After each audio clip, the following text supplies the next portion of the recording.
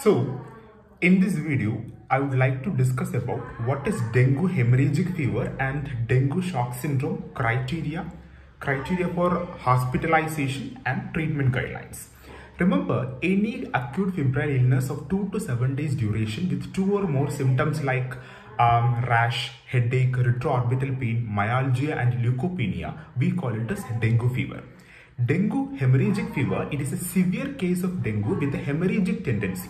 This hemorrhagic tendency may present in the form of hematemesis or melena, thrombocytopenia where the platelet count is less than 1 lakh, and there is an evidence of plasma leakage which is manifested by more than 20% rise in the hematocrit. Okay, so hematemesis or melena, thrombocytopenia and evidence of plasma leakage. So these are the indicators of hemorrhagic tendency, and we say that the patient is having dengue hemorrhagic fever. If the patient is having the criteria of dengue fever along with the dengue hemorrhagic fever plus signs of circulatory collapse, which is manifested by rapid weak pulse, narrow pulse pressure that is less than or equal to 20 mm per mercury, with hypotension, restlessness, cold, clammy skin, reduced urine output. So these are the indicators of shock, right? So we say that the patient is having dengue shock syndrome. So what are the criteria for hospitalization? Suppose general condition like if the patient is having continuous fever for more than or equal to 3 days, with restlessness, there is generalized flushing, poor appetite, lethargy, we have to consider hospitalization.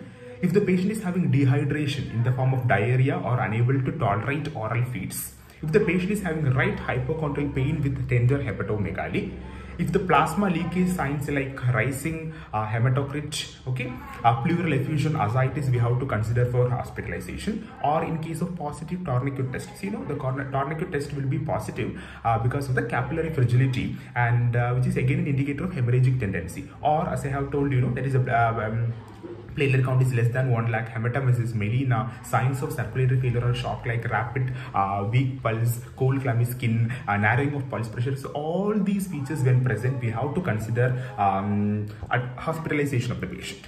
Coming to the general management of the dengue, fluids are the mainstay of treatment. But we have two groups of fluid. One is called as colloids and another one is called as crystalloids. Many journals have told that.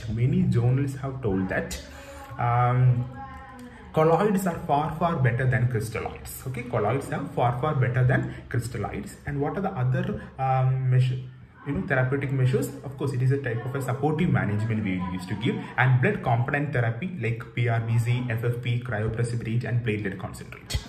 So, coming to the indications of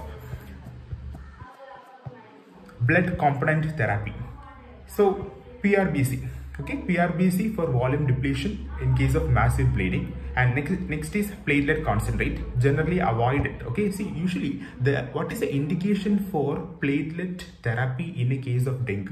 When the platelet count falls less than 10,000. Okay, usually the patient admission criteria is less than 1 lakh, and when the platelet count is less than 10,000, we go for platelet concentrate therapy.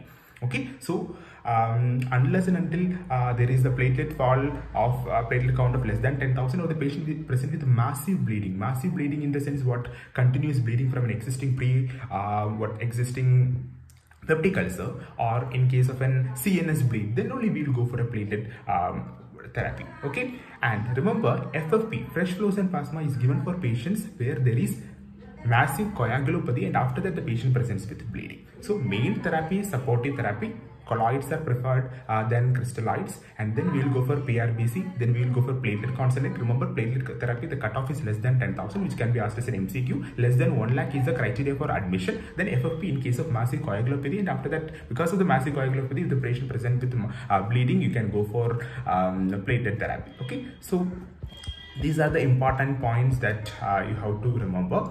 And recently there has been an update that is regarding recombinant activated factor 7A. Okay, see, recombinant factor 7A therapy is used in case of life-threatening bleeding in case of dengue shock syndrome. Okay, life-threatening bleeding in dengue shock syndrome. So remember, acute dengue fever, dengue hemorrhagic fever, dengue shock syndrome. What are the criteria important?